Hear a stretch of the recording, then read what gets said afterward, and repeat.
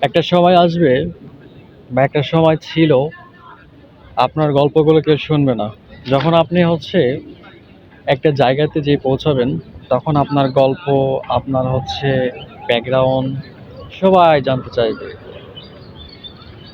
আর এই মানুষগুলোর অভাব পৃথিবীতে নেই বললেই চলে। কারণ আপনি যখন কষ্ট করবেন, কষ্টের প্রতিদান তখন কেউ দিবে না।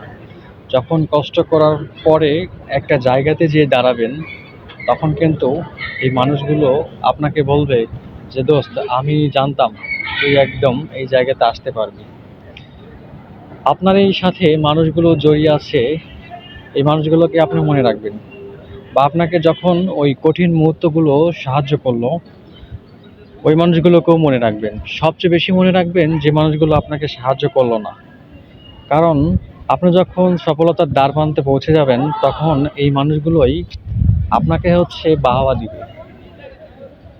এই বাহবাটাই আপনার জন্য সফলতার আরো সামনের ধাপ আগিয়ে নেবে। জীবনে সফল হতে গেলে অনেক বাধা, প্রতিবন্ধকতা সবকিছুই আসবে।